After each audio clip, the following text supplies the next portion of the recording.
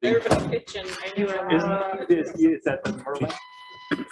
Oh, maybe I should. Good morning. Maybe I should get. Welcome to our March 22nd meeting of our Environmental Concerns and Real Property Tax Services Committee.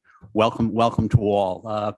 We have a fairly full agenda this morning. So can I first get a call to approve the minutes of our prior committee meeting? Supervisor McGowan, seconded by Supervisor Bramer. Any discussion? All those in favor? Aye. Thank you very much. We have two presenters this morning, and I welcome Tara Donadio as well as Rob Cole from the New York State DEC to talk about, I think, some very important issues as they relate to clean energy and our environment. Our first presenter will be Rob Cole from New York State Department of the Environment, and Jim Lieberman. So welcome, Mr. Cole. If you can help us as it relates to gypsy moths and how it impacts our local environment. Jim or Mr. Cole, you're on. I almost think you want to go first. Can you go first? Yeah, Rob was just talking about it, so he's so good if you want He just introduced you guys. Okay. Mr. Cole, are you there? Yes, I am. Can you hear me? We can. Thank you very much. All right. Go ahead. Thank you. Excellent. So, yeah, I was just talking to Jim about what you guys were looking for and wanted to hear about. So I do have a couple slides I can put up if I can share my screen, and then that way you'll see where the spongy moth is and kind of what we're looking at here. Is that possible for me to do? Yes. All right. Thank you.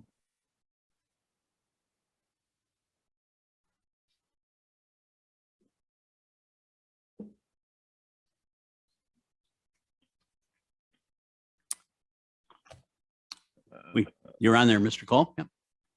All right. Hopefully you can see the right screen. I'm not sure which one I'm sharing now, but you should see a map. And this is an aerial survey. New York State DEC flies over the state every year, and we map various what we call damage-causing agents. And so all of these pink splotches you see on the map here are formerly known as gypsy moth. Now we call it spongy moth.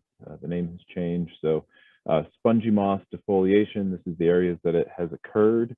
And so you can see there, Warren County had some pretty significant defoliation this past year, especially, Lake George, both sides of Lake George, up and down the shoreline. But you can see that there. So we've been out doing some ag mass surveys around the state. It looks like we're going to see some defoliation again. We haven't done any directly in Warren County. We have encouraged a lot of folks to go out and do that, but I'm not sure what folks are seeing there.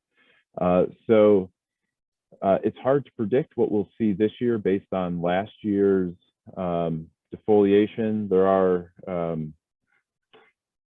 if we scroll here, there is a native virus out there we call MPV.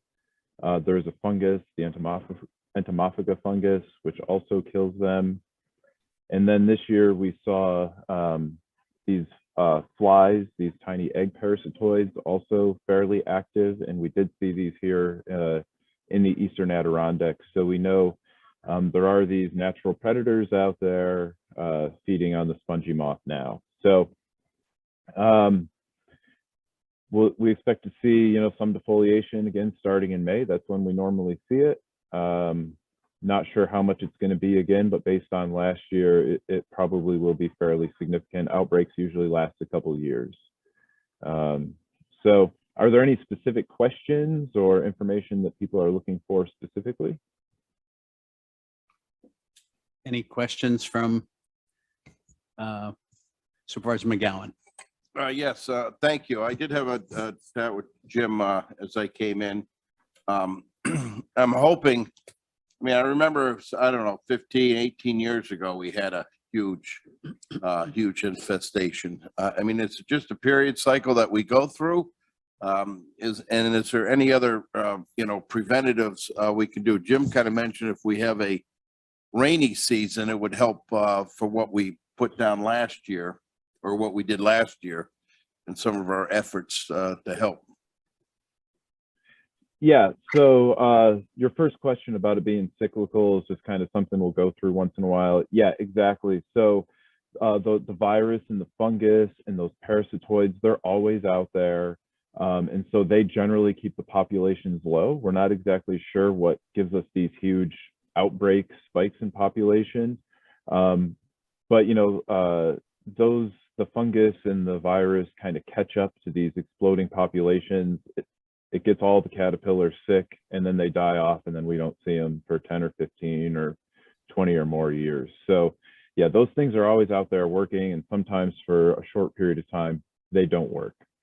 And Jim is right about the, wet weather really promotes the fungus growth and the transmission between the caterpillars. So we even saw that a bit kind of at the end of last season's defoliation. They were really cruising along. The caterpillars were looking healthy. And then we had a lot of rain kind of at the end of June, beginning of July. And then we saw that fungus come in and wipe out a lot towards the end of the season. So yeah, we're hopeful that has built up in the populations and will knock it back quite a bit this year. But you kind of have to wait and see on that, unfortunately. As far as treatments go, there are some treatments available. It's kind of late in the season to be looking into that stuff. But for larger areas, BTK, which is a bacterium, BT is really widely known in the agricultural sector. BT corn is very popular, so it's very similar to that. But it's specific to gypsy moth. That can be aerial applications generally of that. And then there are, you can do smaller treatments of individual trees and things, but BT is usually what most folks use. Go ahead, Supervisor McGowan. Yes. Yes, thank you. I grew up in Clifton Park, and I remember usually a couple times a year, this truck used to drive around with this big fan and spray, and and we were just told to hold our breaths. That was back in the 70s. Of course, and behind the truck because we thought it was fun, but no seriousness. I mean, I was thinking, there's not that many areas, large concentration areas, but I'm sure they're all over.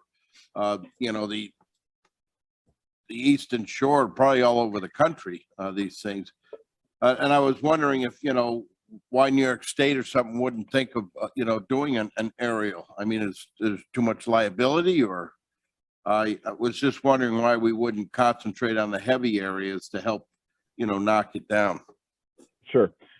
So yeah, what was getting sprayed when you were growing up? Yeah, it was bad stuff. So we don't do anything like that anymore. Again, like the BT, yeah. Exactly. No, and people, yeah, we've learned a lot in the past 40 years, but that was the last time there was a lot of that widespread spraying going on for gypsy moth. I mean, I know, or spongy moth, excuse me. But yeah, the spraying, that could have been, for anything. But so yeah, like the BT, that's a natural bacterium. There's also gyp check that you can spray. The Forest Service manufactured that, which is the natural virus. So yeah, the safety of these products, you can apply BT in a neighborhood. You can aerial spray over a neighborhood if you so chose to. And then as far as treatment goes from the state, we are doing some very limited treatment this year because it was such a severe year. Our treatment is focusing on like highly sensitive, ecologically sensitive, valuable ecosystems. So for instance, the closest treatment we're doing to your area is actually all the way over at the Rome Sand Plains, where we're really concerned about losing that very unique and rare habitat. Widespread aerial spraying, It gets very complicated, as you can imagine, with all the players involved. So again, with it being cyclical, you know, in a couple of years, those natural predators all catch up. We've been able to kind of live with it that way, you know, since we stopped those major treatment programs back in the 80s, and it's just been on this cycle. So we haven't seen widespread mortality of our oaks in New York State. We still have, you know, millions of acres of oaks. So yeah, we don't see ourselves losing the resource at the statewide level. So that's why the state doesn't have a big spray program at this point. One more follow-up, sorry. Go ahead. They attack more than oak though, Yeah. correct? Yes. Yeah. You know, I've even heard willow. Yeah, so there is a wide array of, and I wonder if I have that on. I did have a list here. I can't seem to get to. Oh, so yeah, oak, maple, apple, hickory, birch, willow, basswood beech, and aspen are the hardwood trees that were reported to us this year as being defoliated. And I would say in, you know, the eastern Adirondack area, oak, maple were the two hardwoods that were defoliated the most, and then white pine and hemlock actually we got reports on as well. Really? So yep, and white pine is not, and hemlock are not usual hosts. I think there was just so many this year that they fed on the limited amount of oaks and then moved on to the next closest thing, which is white pine and hemlock in your area predominantly. Thank you. Thank you, Supervisor Bramer. Thank you, Chairman. So thank you very much. This is Claudia Bramer. I sit on the Tourism Committee, and this was actually a referral from from that other committee, because last year we saw so much impact from the spongy moths up here related to, and it looked like, if I was reading the map right, it was kind of heavily focused in the southern Lake George Basin area. Is that right, Rob? Yeah, that's what I would agree with that based on our public reports in that map. Yeah.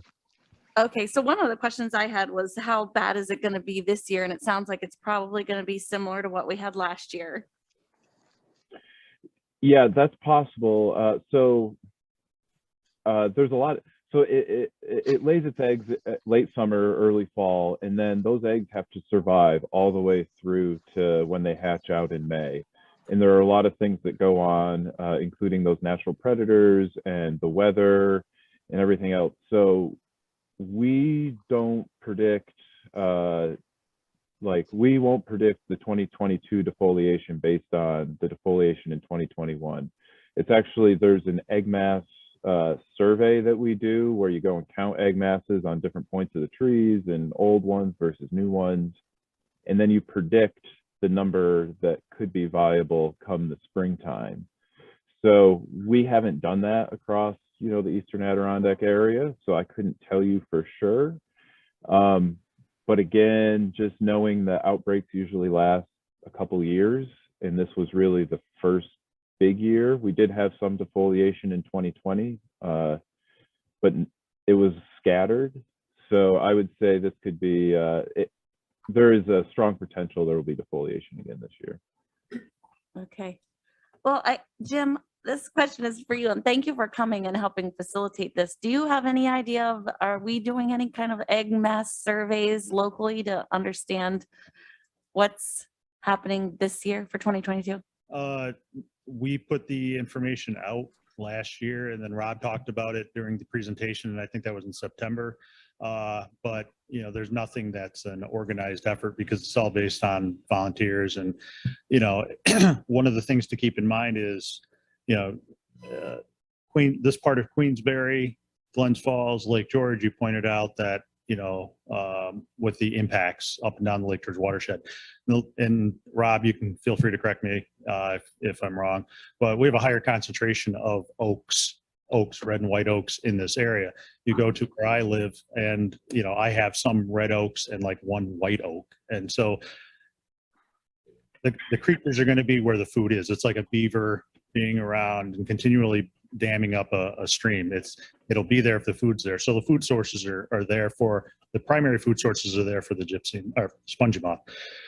So, you come out here and you take a look, and there's probably on one of the large branches here, there's probably as many, if not more, egg masses than at my house on 2.5 acres in Thurman. Yeah. So it's really, it may be bad here. I may see a couple up there. We may see it up and down Lake George. But again, we may not because, and as Rob mentioned, and as I talked to Brad, if we have a normal weather pattern year and we have that soil moisture and we have that the virus and the bacteria and the fungus activating at the right time, it's all about timing, then it's just like any other thing that makes us sick. Little kids are out of school, they go to school, come home, transmission occurs. Same thing will happen if we have that everything, all the conditions are correct. And then it's not to say we won't have patches here and there, because you can see the spongy moth every few years. We just don't notice them because they don't cause a lot of problems. There are other ones that people get confused with them. Forest tent caterpillars and eastern tent caterpillars, and they're a little different, but as Rob keeps saying, this is one of those things you're dealing with nature, and it's not the April 15th is the tax deadline. It isn't that. It's indications are, but there's a lot of variables. So I don't know if that was correct, Rob, but Yeah. it sounded good to me. So, okay. Just one more Claudia, follow-up. Claudia, Is there anything that can be done when you see these with the egg masses already on the trees If you- besides? Yeah, if you want to remove them, you can remove them. And then what I've been telling people is, you can put them in a water when like use Dawn dish detergent or something like that.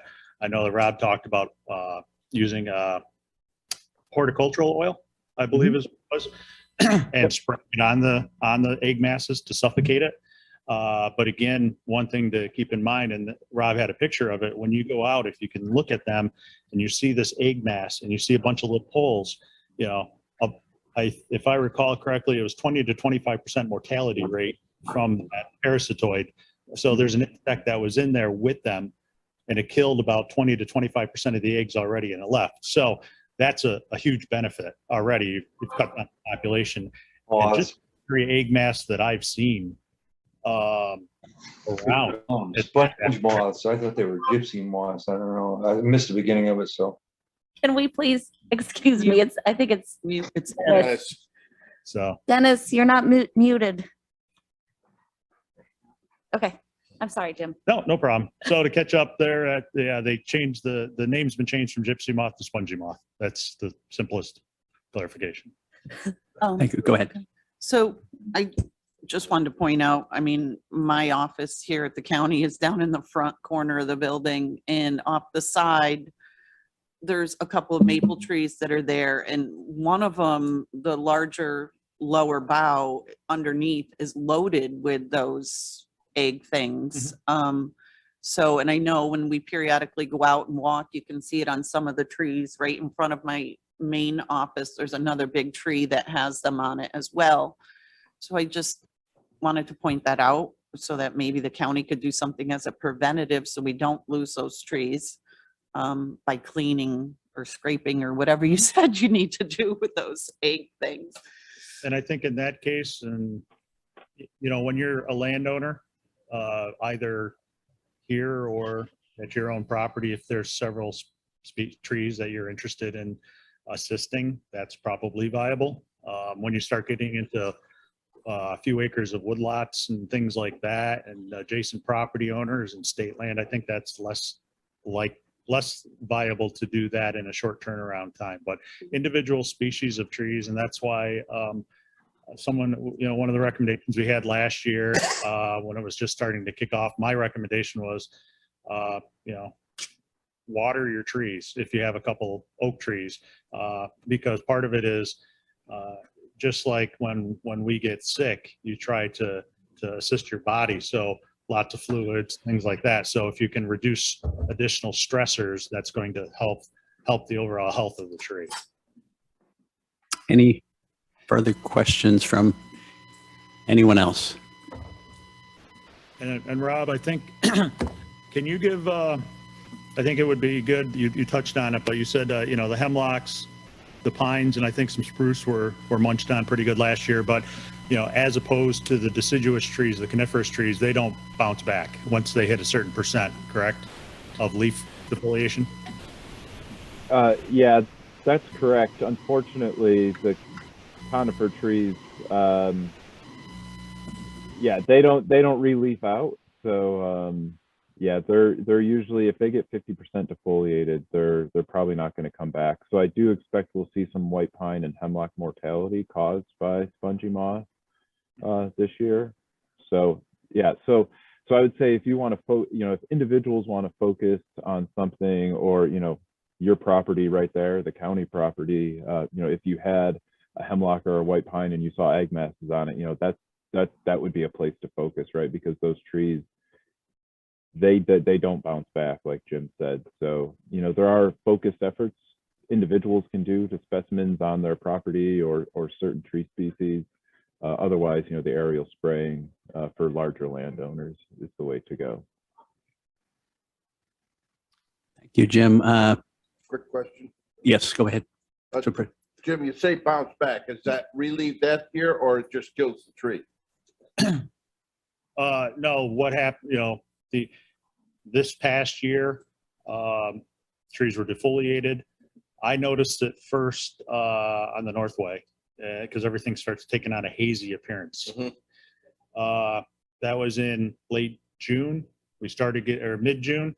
We started getting rain. I kept an eye on. I had some moths at my place, and one day, after we had gotten some rain, I noticed a caterpillar upside down bee, and I think that's basically virus turned upside down. I mean, it took care of, started getting through the population.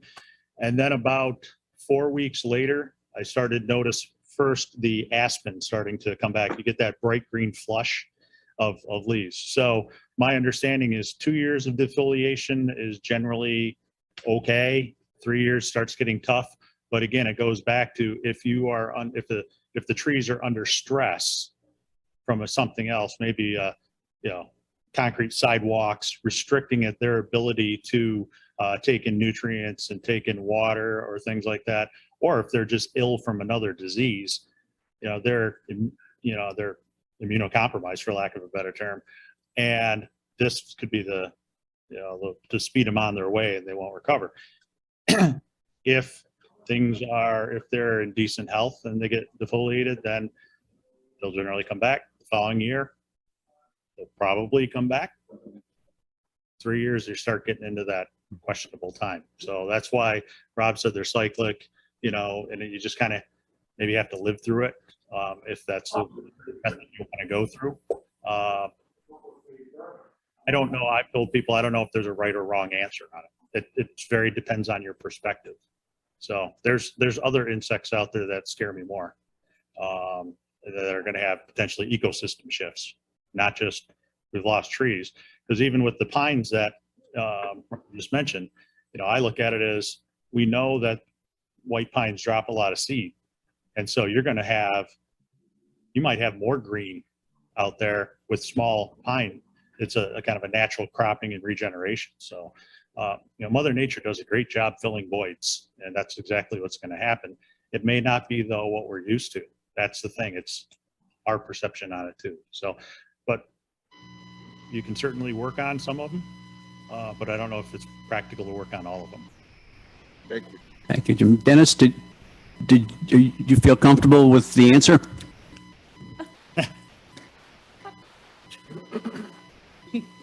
Dennis? Do you feel comfortable with the answers provided? You want me to challenge them? Is that what you want me to do, Peter? No, I just, I know you had a question. I'm comfortable. And I don't know if I have a little. No, they answered the question. I missed the first part, so when he was talking about spongy moths, I Okay, wonder if we had something else here. great. I have a Okay, little apple orchard, so I. okay, Dennis, thank you. Yeah, thank you, Peter. Good. I think a very, very good discussion. I want to thank Mr. Cole and Jim for, helping us here in Warren County, and we do appreciate it. So thank you. Okay. Welcome. Go ahead. Thank you, Rob. Thank you. Our Thanks, Jim. our second presenter is Tara Donadio. She's the Assistant Director of Sustainability, Clean Energy Communities, and the Outreach Coordinator. We certainly need an opportunity to understand clean energy and how best Warren County can be helped in accessing resources and grants. So Ms. Donadio, can you please help us? You've got the floor. Of course. Hi, everybody. Some of you I know, some of you I don't, so it's nice to meet you. I'm just going to share my screen. I do have a couple visuals that I think will be helpful. Can folks see this? Yes. Yes. Great. So some of you may be familiar with this program and me, but I'm going to basically go over it and just kind of explain the support that we can provide through this program and some of the opportunities available that New York State has for supporting clean communities and, providing grants as well. So, and there are some great ones. So this program basically started in 2016. The first round of the program ended about 2 years ago, and they actually renewed the program with some more funding because it was just so popular and communities were kind of just pushing forward with clean energy actions. So the Capital District Regional Planning Commission is where I work. We have the grant for this REDC, Regional Economic Development Council, if you're not familiar with the term, which includes Warren County. This is my team here, our director, Todd, and then our other outreach coordinator, Haley. Haley and I split up the region by county. So I cover all of Warren County. And we go all the way down to Greene and Columbia County. So that whole 8-county block, basically. And there's one of me in each region of the state. So some of the things that we do, basically, we are free support to any municipality that wants to engage in clean energy action. So the program is, of course, the big driver, but we can help communities with even small things such as just, I wouldn't even consider it a small thing, but converting your streetlights to LED and figuring out how to go about that process and what is the proper way to think about it, what are the options, getting grants for LED upgrades, purchasing an electric vehicle, basically anything clean energy related, we can kind of support for free. We are very familiar with the grant processes that exist in New York State. We can help communities through these processes. And then, just generally speaking to stakeholders about, the current policy topics for clean energy. So this newest round of the program, they're titling it the leadership round. It was announced last year. There's about 17 million more in grants this round. And they're all match-free grants. That's the big piece of this program that's really interesting and different from a lot of the CFA processes is that it is match-free. And then, of course, we get the technical support too to help you through the process. So it's kind of, it can be very easy. This program is the leadership round because they're trying to push communities that have already started this process to go further. But I think what I'm trying to focus on here, and I'll talk to you about the communities in Warren that have done some stuff, but is that there are opportunities for new communities to start. And it's actually very easy to just get a $5,000 grant. Match-free grant for most communities. The idea is basically to do these high impact actions, which are things like purchase an EV car or benchmark your building energy use. The actions add up to points, more points equal bigger grants, and everything is first come, first serve in this program. So it is, you know, eventually going to run out. So just some ideas of what the high impact actions are, some of the things that you can do, which are generally just energy saving activities. I'll talk about that on the next slide, but basically to get designated, which is like their term for, you know, a recognized clean energy community, you do 4 out of 10 actions and you get a $5,000 grant. So here's like the big list of all of the actions. Some of them are really difficult. Some of them we haven't had a single community in the region do yet, and only a few in New York State have done. Some of them are very easy and just totally no-brainers, like benchmarking building energy use, adopting a unified solar permit. Things like LED streetlights aren't as easy, but really a great payback and something all communities should consider, just because they're such a money-saving exercise. Then there's things like community choice aggregation, which has been discussed at length in the region, converting buildings to heat pumps. So there's just a ton of things on here, and I can go through any of these that any community wants to talk about or figure out, strategize. I'm not going to go into depth in any of them, but basically just knowing that these are all things that communities can do to save money and energy. So the grants available this round, there's action grants, which is like you do one thing and you get up to $50,000. So things like adopting New York Stretch Energy Code. You can get designated, which is really the low hanging fruit that I would say if a new community wants to pursue, they would get $5,000 for doing just 4 simple things. And then there's the points-based grants for the communities that have already kind of started the first round of the program, want to go further, and they can get up to $150,000 for, and these monies, again, are all match-free, and they have to be used for a greenhouse gas reduction project.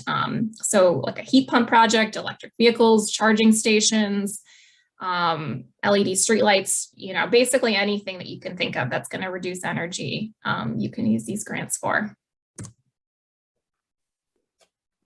And then I just wanted to highlight kind of the progress in the region so you could get an idea of who is doing things. So this is the region itself. And all of the dark blue dots are designated communities, and all of the light blue have just started in the program and they haven't quite gotten to the 4 actions yet, but you can see there's 62 participating communities in our region alone, 45 designated. So it's a relatively popular program. And I think that just speaks to the ease of it, basically, that it's just kind of easy, low-hanging fruit money for communities to do some things that they really, you know, should be doing because they do reduce energy use, and there's some easy money out there.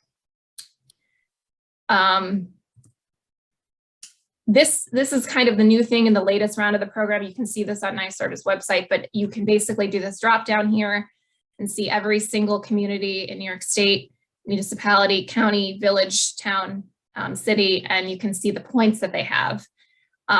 So I chose Queensbury here. They've got 2,000 points. The first grant level for points is 3,000. So they've got a few more to go, but they've done all of these things. It shows their population. And then at the bottom, you can see this leaderboard, so you can compare yourself against other communities in the region as well as statewide. Those statewide leaders are like down in the Hudson Valley, that they're just, we're not going to catch them anytime soon, but you know, you can compare yourself to the region, and Queensbury is doing very well. So. And then just Warren County progress, specifically what's been happening. Town of Queensbury is a designated CEC and a certified CSC. So the CSC program is a DEC program that recognizes communities for going beyond energy and mitigation, and talks about like adaptation things, water, waste. There's adaptation, resiliency, all of those things are part of that program too. Because it's that much, because it includes those things, it's that much more difficult, and there's that many less communities in New York State that are certified. So it's a pretty prestigious thing. So they got certified as a CSC, and I can support that program as well for any community that wants to do that. Glens Falls was designated as a CEC in 17 and a CSC in 21. Both of those communities received $50,000 because they jumped on this program pretty early. So they got some big grants. And then Warren County received designation in 2020 and got $5,000 and certified in 2020 as a CSC. And then Lake George Town and Village got $5,000 and were certified as a CSC in 2020. There's a lot of acronyms there. I know you're not going to remember them all, but the state's lingo. And then just to note too, that the town of Chester and the town of Bolton both adopted the pledge for the Climate Smart Communities program, which basically is just like a resolution saying we as a town are going to move forward with this program. And it's the way you get started before you get certified. So I'm there to support those communities if they need my help as a free resource, as well as any other town in the county, as well as the county itself and the city and any of these communities basically that want to move forward even further, because you can take further steps with any of these programs. So basically, you know, I think the message I'm trying to say is that I'm here as a resource, basically as little or as much as any community needs me. The programs are great. They offer a lot of benefits, but even if a community just has a question about, you know, the simplest thing, I can support that. So I think that's the end of my presentation. Anyone has any questions or anything? Supervisor Bramer. Thank you. Hi, Tara. Hi. Thanks for being here. I hope that some of our communities will take you up on your offer to help. Tara's great to work with, super easy, available at nights when you have meetings, like things like that with your volunteers.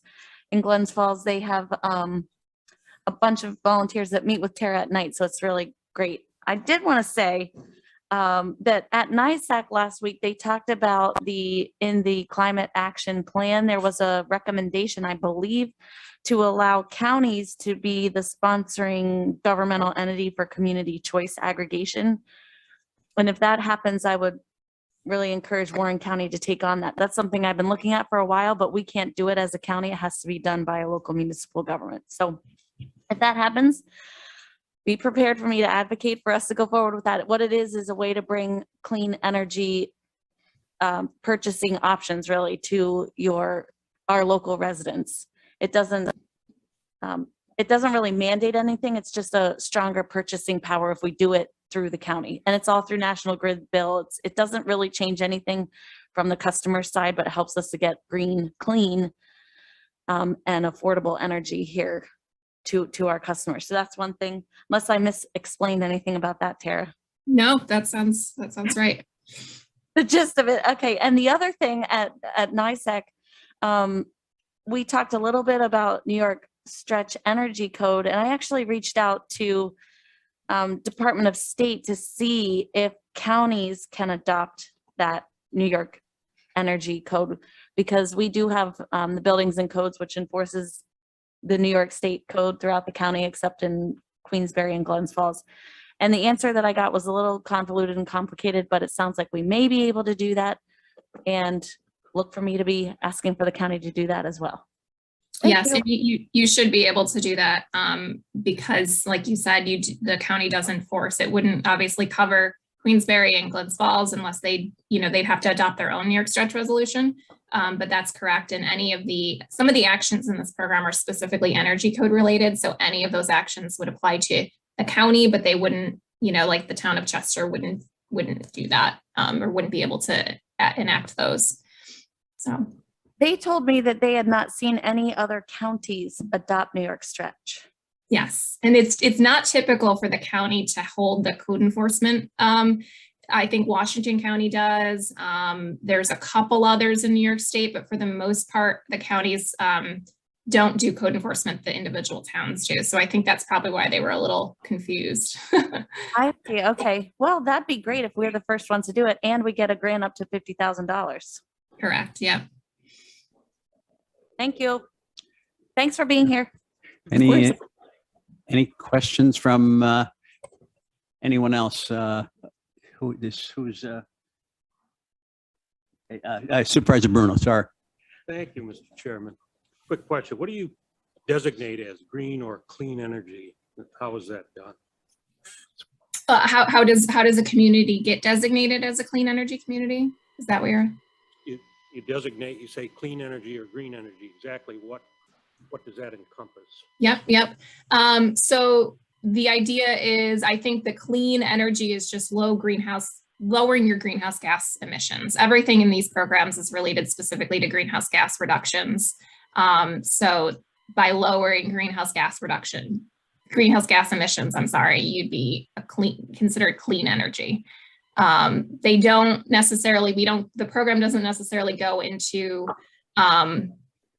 types of fuels and things like that. Heat pumps are preferable, but even moving from, say, propane to natural gas is a greenhouse gas reduction strategy. So there's ways to kind of take steps down, but it's basically all about transition. So. Okay, very good. Thank you. Thank you, Dan. Any further questions from anyone?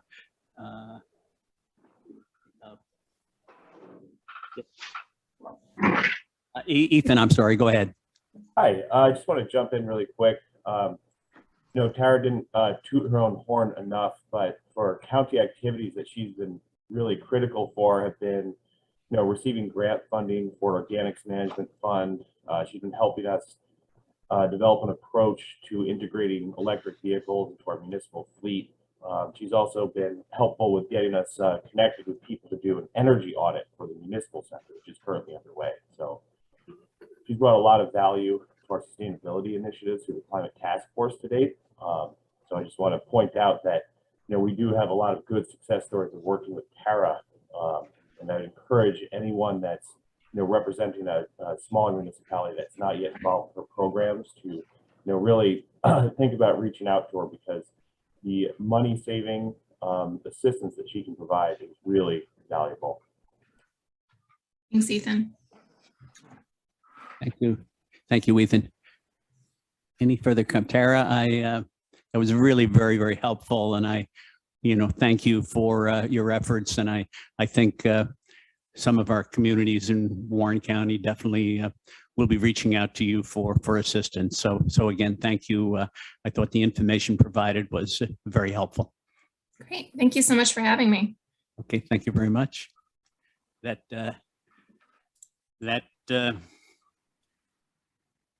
maybe finishing our commentators, our next transition would be to Lexi in terms of some of. Hey, good morning, Ben Driscoll. It is about 9:45. I'm just doing some follow-up, see how you made out with both your chief.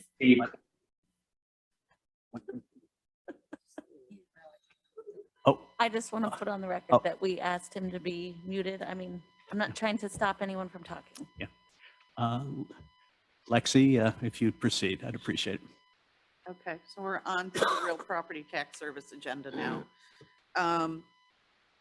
So I want to start with my first item would be an action agenda. So there's a parcel in the town of Queensbury, 303.19-1-23. They have it labeled as down on Wilson Street. I did include a couple of pictures in your packet. This piece of property, if you can see in the aerial photo that I believe is in your packet, it has maybe like a turquoisey blue box around it. It's kind of faint, but it is there in turquoise. So that's a very marshy swamp area. This piece of property we originally took in tax foreclosure back in 1992, and it was finally sold in 2010 at a tax foreclosure auction.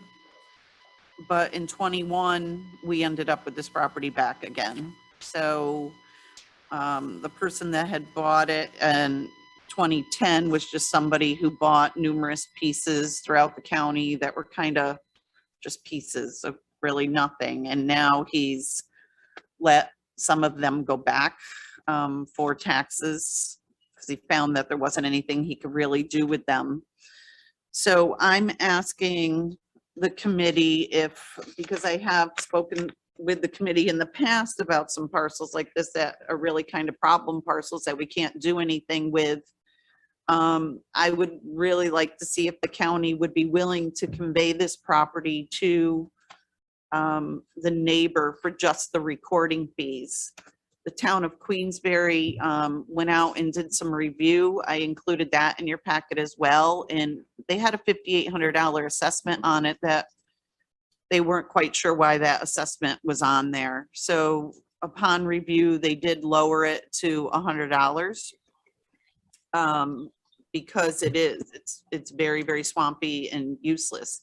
If you look in the photo though, you can see that the neighboring people whose last name is Dutra, they have a paved patio there that kind of hangs over onto the little bit of grassy section that is on this parcel. So I really think that the property would be of only a value to them just because they're already kind of using it anyways. So that is my resolution request, is to see if the committee and the board would support conveying this piece of property to the neighboring owner for the recording fees. Peter, Supervisor Dickinson. Go ahead, Dennis. Yeah. my internet connection is going in and out, but I'd like to make that motion, and I have a question for Lexi after we get a second. Seconded by Supervisor McGowan. Discussion. Yes, Lexi, have you talked to Dutras? I have, Are they willing to do this? yes, Excellent. Good move. Thank you. thank you. Supervisor Bruno, discussion. Thank you, Mr. Chairman. Lexi, is that property appears to be landlocked? In other words, there's no other access to that other than through the Dutra's property, correct? Correct, or it's kind of hard for you to see in your picture. I had brought, I don't know if this other one was included. Yeah. It kind of looks like a street that goes next to it, Right. but it's not. That piece of property is owned by Ivan Bell, who owns IBS Septic, which actually is what you're seeing in the photo to the left with that big roof and all the porta potties. Okay, yeah. So, but the Dutras own 1, 2, 3 pieces in front of it. And then you would have that piece in between that's owned by IBS. And then you have Dutra on the other side of that and out on the front of that piece. So it is really surrounded by Dutra's property.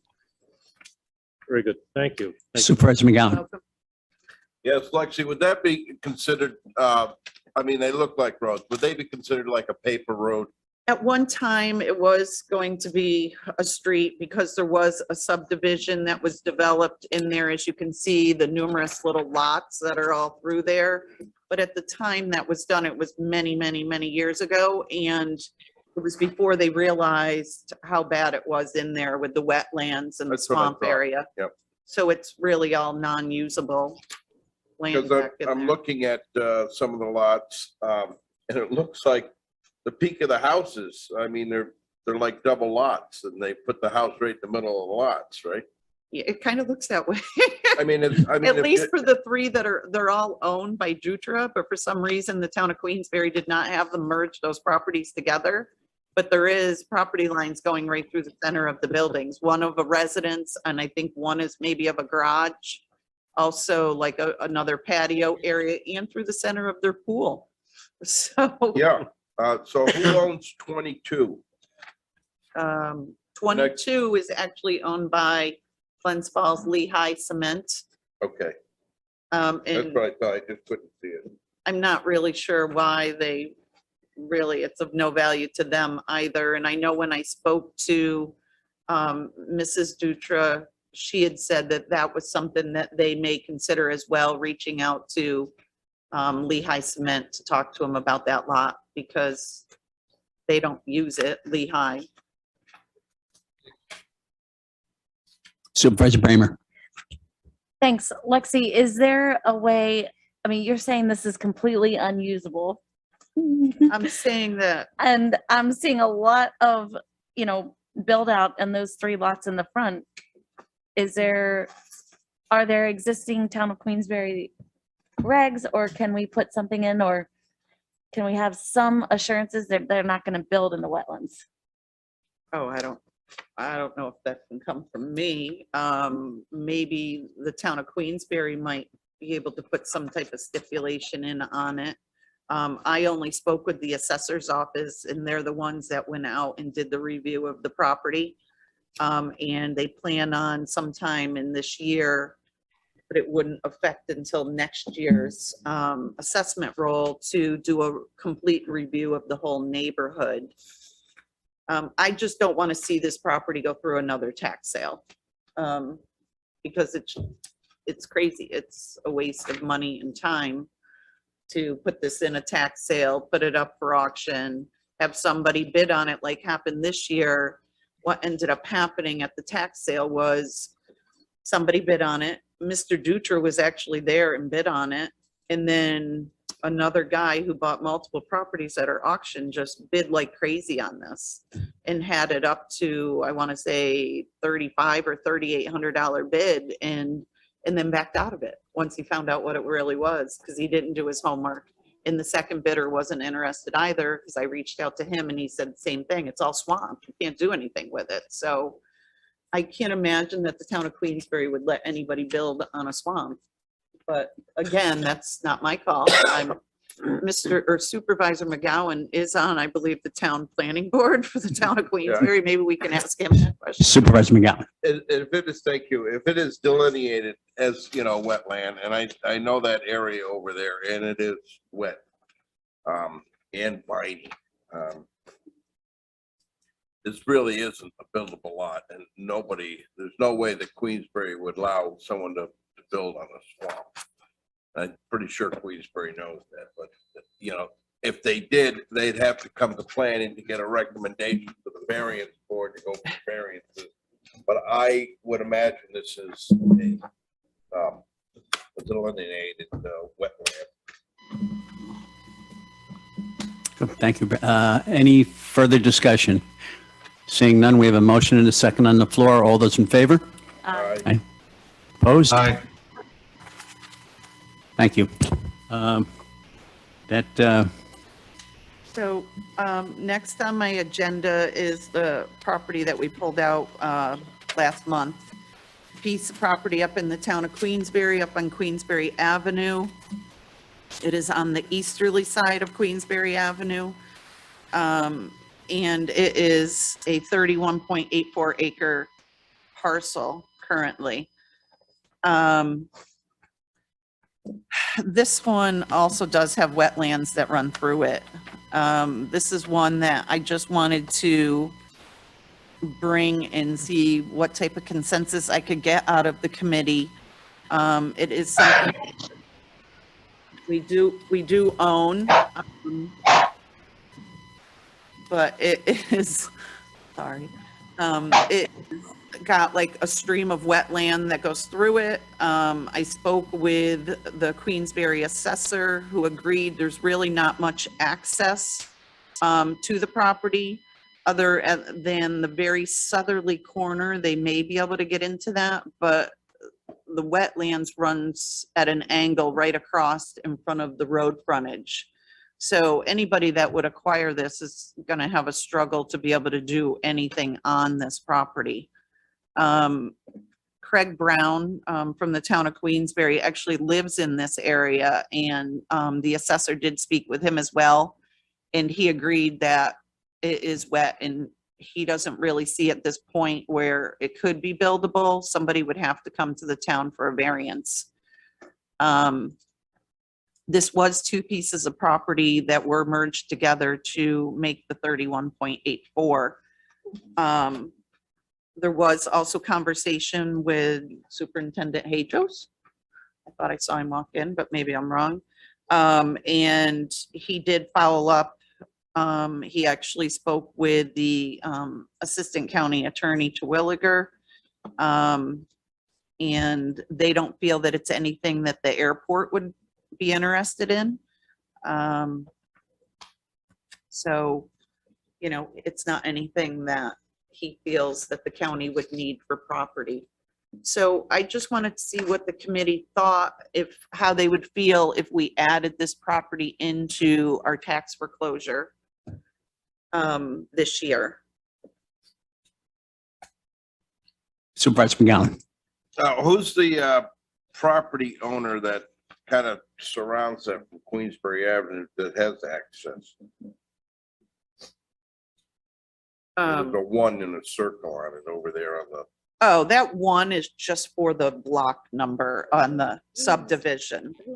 That's all one. You're looking at the map and there's a dashed line that goes through. Yeah, I That know. dash- Who owns this on Queensbury Avenue? Who owns this side? That's the piece, it's all one. That dashed line that goes through the middle is an old lot line from when it was two pieces of property, but it's Oh, all right. now So one. This is all one big property? It is, and that's what I was talking about, that road frontage that's out front, which is 500 feet on Queensbury Avenue, that's all part of the parcel.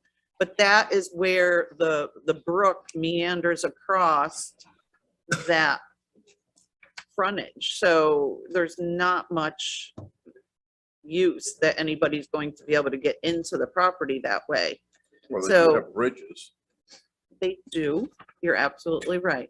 Now, how's the back part of the property look? Looks like there might be a ravine back in that second piece that's now part of it, where you were talking, where it's highlighted in the yellow that says County of Warren. Mhm. Back by there, there's kind of like a ravine area, and then right at the back line is Washington County.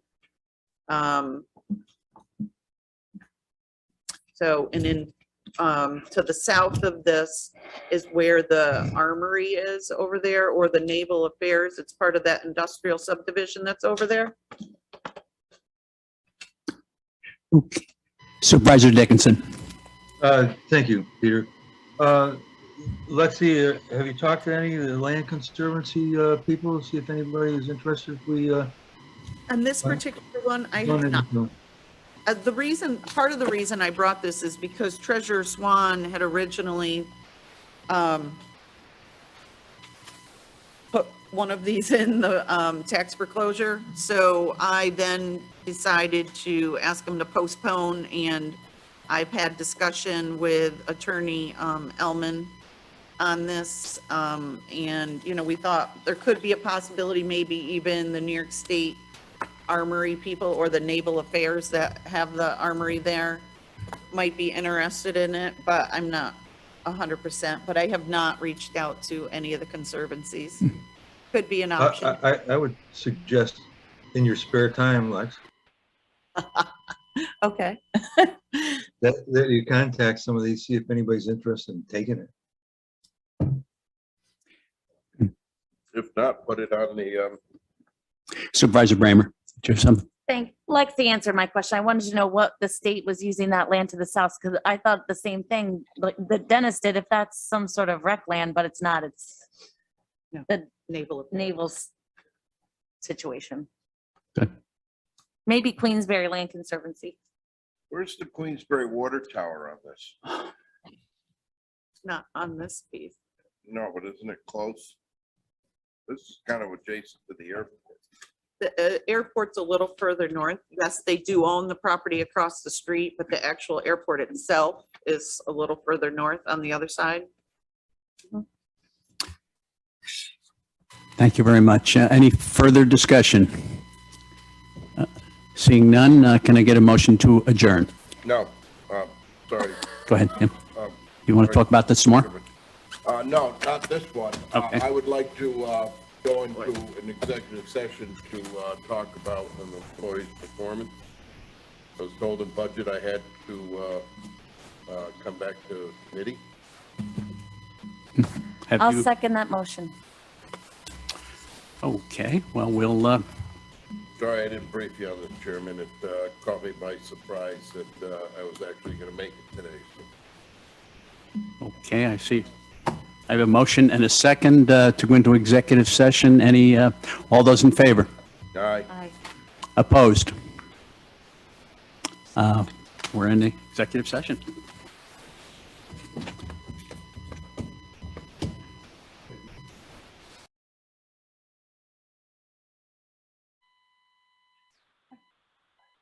Okay, we're at an executive session. No action was taken in executive session, but I think our attorney wanted to clarify our rationale for going into executive session. Yes, for the record, the purpose for entering executive session was pursuant to Open Meetings Law, Section 105, subsection F, as the committee discussed the medical, financial, credit, or employment history of a particular person or corporation, or matters leading to the appointment, employment, promotion, demotion, discipline, suspension, dismissal, or removal of a particular person or corporation. That's all. Thank you. Thank you very much. Any further business as it relates to the committee? Any motion that anyone would like to make? Okay, Supervisor McGowan, So do I make this motion? if you'd like to, yes. I'd like to make can I mention the employee's name? Position title. The position title. No. Real property director. All right, so I'd like to make a motion to change the grade for our real property director to grade 16 for the 25th year increment. And were you going to refer that to anyone? And I'd like to refer that to personnel. Okay, very good. Do we have a second? We have a second by Supervisor Bramer. All those in favor? Aye. Aye. Opposed? No opposed? Very good. Any further Aye. discussion? I think that was Dennis voting yes. Is that a yes or a no, Dennis? For a sneeze. It was. It Yeah, was- so it was remote. Okay, very good. Thank you. Any further comments or discussion? Seeing none, can I get a motion to adjourn? Supervisor McGowan, second by Supervisor Bramer. Any discussion? Thank you. We're adjourned. Good job. Thank you. Good luck, Alex.